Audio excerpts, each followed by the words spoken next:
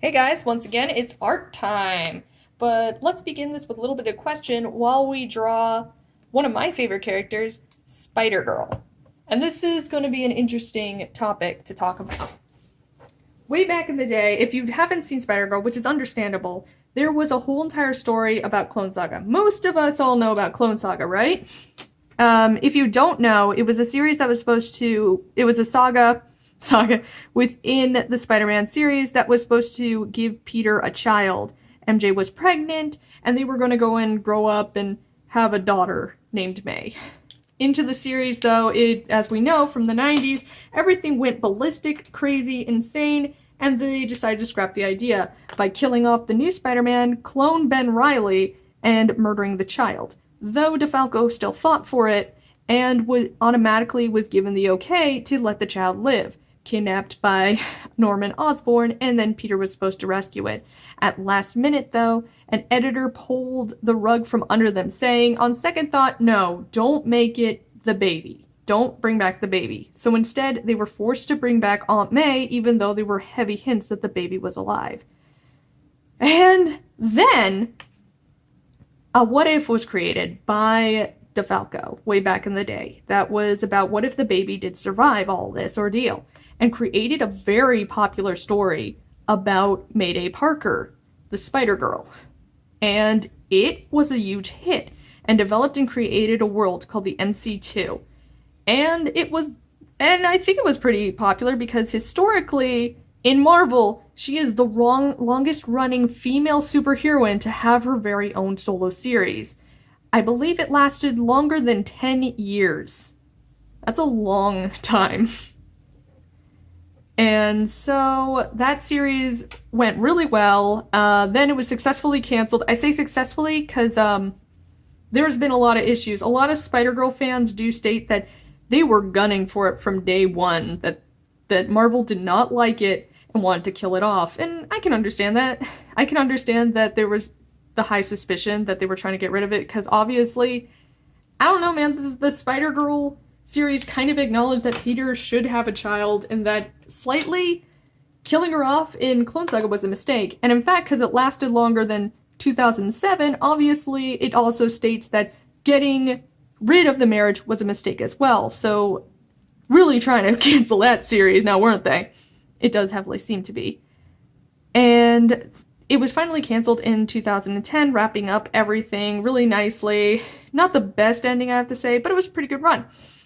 Then come into, I think it was 2013, a story by Dan Slott, a writer I'm not a big fan of, wrote a story called The Spider-Verse. And the Spider-Verse was about Morlun, this guy that eats spider totems, which is a really weird story subplot in one of the other Spider-Man issues, has gathered his family to go and eat all the Spider-Men in the world. And he immediately makes him go to the Mayday Parker world of the MC2 and eat that Peter Parker, devouring him and causing her this whole entire Inc. story plot line. And a lot of people were not happy with it. Questioned by fans, DeFalco did come out of hiding to talk about it. He told everybody that there's 1,001 universes out there. That isn't specifically his Spider-Girl. The Spider-Girl from Spider-Verse is a totally different one. Though a lot of people contest that this is not the case. I believe that there was also statements that Dan Slott was stating that was not true, and he did kill the Peter Parker of the MC2. And so this is why I'm talking about this today. If this is true that Dan Slott also states that the Peter Parker of the MC2 is dead, meanwhile the DeFalco says that he's alive, we're not dealing with really a Schrodinger. We're dealing with, who do you believe more? The creator or a person that's right now in power? And that's a big issue with big companies like this, like Marvel, that they hold all the power keys. And then pretty much the new Marvel stories kind of showcase it doesn't matter what you've worked on in the past, we can just destroy it and get rid of it. All your work can go down the drain within an instant. And I find that really upsetting. As an artist, this is what you strive to work on. You love doing artwork. I love doing artwork. I don't know about you guys, but I really love doing art. And to know that there are companies out there like that that will just, let's say that I do work for Marvel or for some other big company and I make my own original thing or my own fun flair, they're pretty much stating at this point that they can get a little nobody or whatever, they're going to suddenly write for the main universe and they will kill off my characters for no good reason and in deplorable fashion. And I find that horrendous and awful. Like, not only did the Spider-Verse kill off that version of Peter Parker, he was killing off, like, the 1600s and more well-loved characters, and then, of course, keeping alive all the other ones that nobody really cared about. There's a lot of issues with that story. I'm sorry, I'm not a fan of it. I can get into other details about other issues that came from it. I'm not a fan of his work at all. I can go into detail with that another time, but we're not talking about that. It's just that creators are not given a lot of credit or power where they are a lot of the times.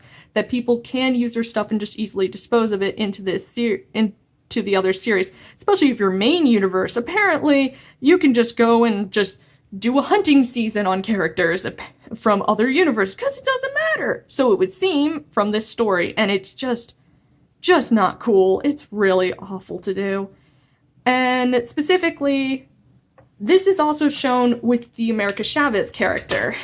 I don't think many of you people know about this, but in 2016, just last year, the creator of America Chavez, the original creator, Joe Casey, went on to an article with the Mary Sue announcing he was going to bring her back.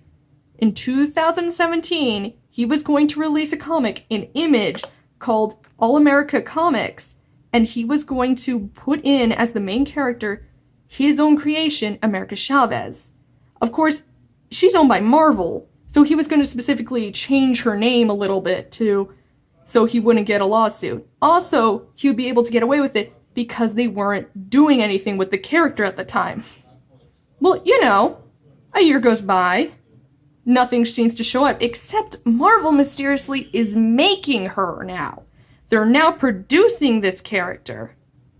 And to me, I see this as obviously they heard about this and they decided to immediately keep the rights, kind of like how Fox does with the Fantastic Four movies that we all hate. And in that fashion, just made a quick money grab so they can keep her and make sure that he doesn't make his own original creation again. And it also seems a little bit more of an humiliation if I'm pretty sure with my sources that America Chavez is now being written by a woman that has never picked up a comic book in her life and probably has never read a single bit of the original creation. She doesn't care for them. She doesn't this is just upsetting that there's a person that does not respect the original creator and does not look into the original work. And that's just wrong to me. I mean, maybe not to you, but to me, this is just deplorable. You're supposed to look and honor the original work. It's kind of like that you're restoring a painting, in a way. You have to go and understand what the original creator was doing when you want to restore something that's old and needing a little bit of a touch-up here and there. Or you create things like Potato Jesus. And yeah, you can think Potato Jesus is great, but no. I'm very upset by the Potato Jesus issue. Because to me, that was somebody's hard work, and then somebody went in and just smudged it around, and yeah, it's funny. It's funny for a little bit, but at the same time, somebody worked their butts off in making this really beautiful painting that was just destroyed and massacred by somebody's mistake. And yes, I understand that you didn't mean to do it, but what if they meant to? In this situation, we have people that kind of do mean to do these things. They kind of do mean to desecrate characters and creations and artwork for their own personal gain. And I feel that's kind of wrong.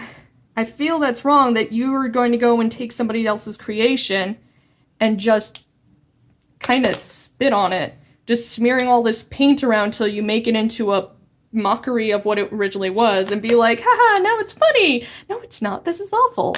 To me, this is wrong. This is absolutely wrong to do. A creator should be allowed to have the rights and power of their own creation. And and be able to have a little bit of a say. Instead, it's just, you know, you're not part of our company anymore, or, you know, you don't have all that power, so we're just gonna let somebody else take over. Somebody else is going to write your story, somebody else is going to state whatever they want, nobody cares what you think. And that's really upsetting. Now, DeFalco is a great guy, and he actually did state that if you are interested in bringing back Spider-Girl, there is an interest, so maybe you should go and push for them to do it. I, for one, do not think that's a great idea. Right now with current Marvel, I'd rather not see her return, especially that they'd probably side with Slott on this one and state that Peter Parker's dead, and once again do that really annoying storyline where she's like, I miss my dad, and I'm really out of character! No, I don't want that. I want the cool Spider-Girl. I want all this. Oh, and there's another rumor going around that specifically Dan Slott killed off Peter Parker because he didn't like Mayday wearing Ben Reilly's spider suit. She wears originally the Ben Reilly Spider-Man suit before his death. And he wanted to get rid of it. So in fact, he killed Peter Parker so she would feel enforced to wear his Spider-Man suit and then be called Spider-Woman. And if that's true, I think that's insane and stupid. Also, this is the same guy who literally brought back Ben Reilly a little while ago. He's very mixed like he says one thing and does another. So I believe it at times, I don't believe it, I don't know. But yeah, this is an issue I wanted to talk about because I feel that creators are sometimes not given a lot of power. I guess, just think about it, put your own decisions on the comments below, and enjoy.